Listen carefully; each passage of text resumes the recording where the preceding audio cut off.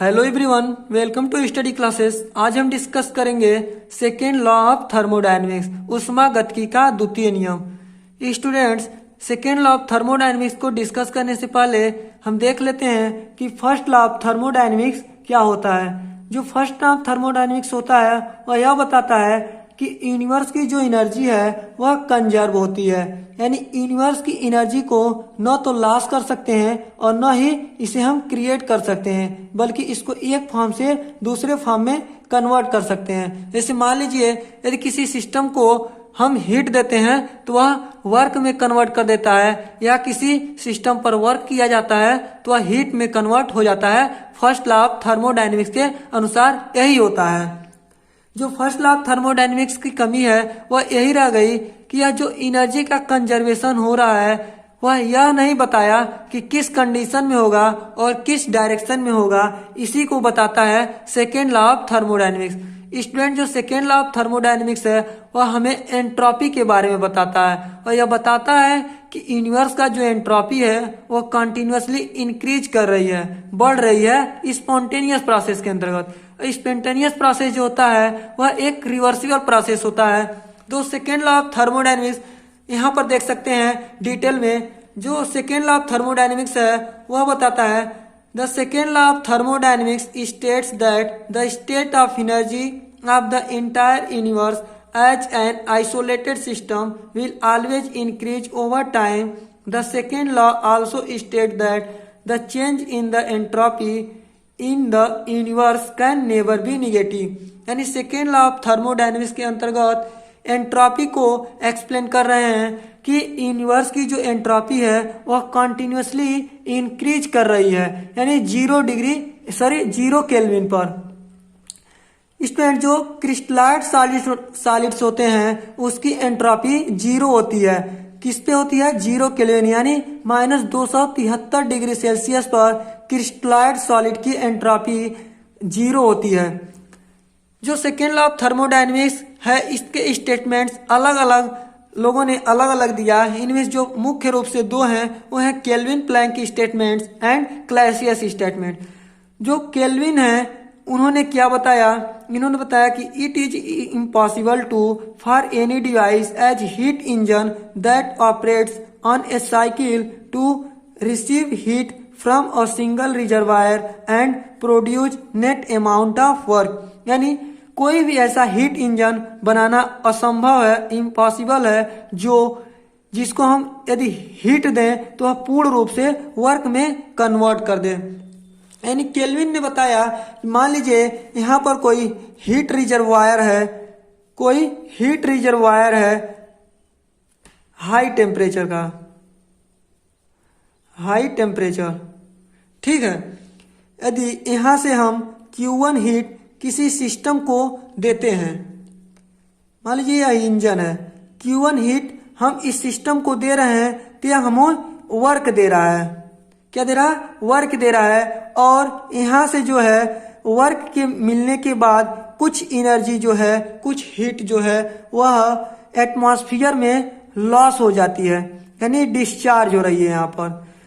तो केल्विन ने यही बताया, यदि किसी सिस्टम को हम Q1 हीट दे रहे हैं तो वह पूर्ण रूप से वर्क में कन्वर्ट नहीं कर सकता है, यानी Q1 = W या नहीं हो सकता है। कुछ न कुछ यहाँ पर लॉसेस तो होंगे ही, यानी एटमॉस्फेयर में कुछ हीट को डिस्चार्ज करना ही पड़ेगा।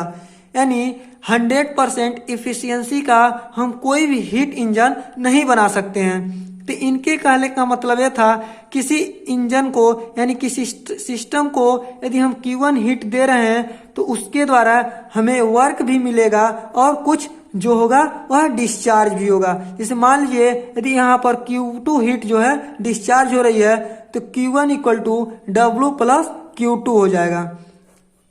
ये जो था केल्विन प्लैंक का स्टेटमेंट था। इन्होंने डायरेक्शन के साथ बताया, यदि किसी सिस्टम को हम हीट दे रहे हैं तो वह सिस्टम हमें वर्क प्रदान करेगी और उस हीट का कुछ मात्रा एटमॉस्फेयर में डिस्चार्ज करना ही पड़ेगा। यही जो बताया केल्विन प्लैंक ने बताया।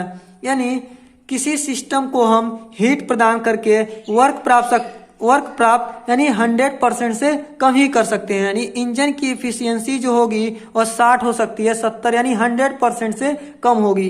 यानी 100% इफिशियंसी का हम हीट इंजन नहीं बना सकते हैं केल्विन प्लैंक के अनुसार। अगला जो है वह है क्लैसियस स्टेटमेंट। क्लैसियस ने क्या बताया? इन्होंने बताया it is impossible to construct a device as heat pump that operates in a cycle and produce no effect other than the transfer of heat from lower temperature to higher temperature body. Clausius ने जो बताया, उन्होंने यह बताया कि हम किसी भी जो सिस्टम है यानी कोल्ड से हाई टेम्परेचर की ओर हम जो है टेम्परेचर को फ्लो नहीं करा सकते हैं। जैसे मान लीजिए यहाँ पर कोई कोल्ड बॉडी है और हमको हॉट बॉडी के तरफ उस कोल्ड यानी ठंडे को बहवाना है, तो हमें बीच में कुछ न कुछ तो वर्क करना ही पड़ेगा।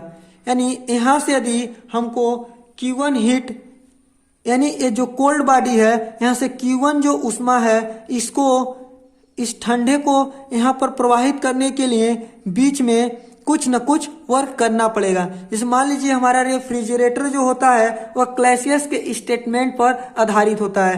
यानी अंदर जो होता है रूम के वह ठंडा होता है और बाहर का जो टेम्परेचर होता है वह हाई होता है। यानी अंदर का टेम्परेचर रूम के कम होगा और बाहर का टेम्परेचर जो होगा वह कम होगा। तो कैसे रेफ्रिजरेटर से ठंडे बॉडी से हॉट बॉडी की तरफ हम फ्लो करा सकते हैं? यह असंभव होगा कोल्ड बॉडी से हॉट बॉडी की तरफ टेम्परेचर को फ्लो कराना। इसके लिए बीच में हमें कुछ न कुछ वर्क तो करना पड़ेगा। यही जो होता है वर्क वह इलेक्ट्रिसिटी के द्वारा प्राप्त होता है और इलेक्ट्रिसिटी से जब W वर्क प्राप्त होता है Q1 हीट को जो अंदर का टेम्परेचर होता है Q1 टेम्परेचर को W वर्क के द्वारा Q2 के रूप में कन्वर्ट किया सकता है और रूम के अंदर के टेम्परेचर को कम करने में रेफ्रिजरेटर सहायक होता है। यानी कोल्ड टेम्परेचर से हाई टेम्परेचर की ओर, लो टेम्परेचर से हाई टेम्परेचर की ओर फ्लो बनाने के लिए सिस्टम के बीच में कुछ वर्क करना पड़ेगा।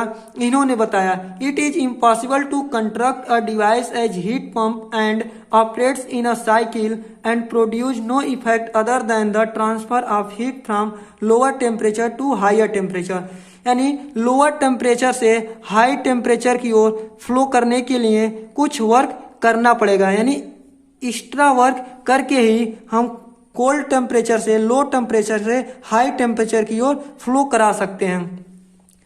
तो जो सेकेंड लॉ ऑफ थर्मोडायनेमिक्स होता है, इनमें दो लोगों ने अपना अपना स्टेटमेंट दिया, kelvin Planck and Clausius statement. यानी केल्विन प्लैंक स्टेटमेंट और क्लैसियस स्टेटमेंट्स। केल्विन ने बताया ऐसा हीट इंजन बनाना असंभव है जो पूरे हीट को पूर्ण रूप से वर्क में कन्वर्ट कर सकता है। और क्लैसियस ने बताया कि ऐसा जो है कोई भी सिस्टम बनाना असंभव है जो लोअर टेम्परेचर से हायर टेम्परेचर की ओर फ्लो कर सके। जो हीट इंजन होता है वह आधारित होता है केल्विन प्लैंक स्टेटमेंट्स पर और जो रेफ्रिजरेटर होता है वह क्लैसियस स्टेटमेंट पर आधारित होता है। फ्रेंड्स, आज का ये वीडियो कैसा लगा इसे कमेंट में जरूर बताइएगा और वीडियो अच्छा लगा हो तो अपने फ्रेंड्स के बीच ज़्यादा से ज़्यादा शेयर कीजिएगा। और यदि स्टडी क्लासेस के यूट्यूब चैनल पर आप पहली बार आए हैं तो चैनल को सब्सक्राइब कर दीजिएगा और वीडियो को लाइक कर दीजिएगा। फ्रेंड्स, वीडियो देखने के लिए आपको बहुत बहुत धन्यवाद। मिलते हैं फिर से अगले वीडियो में।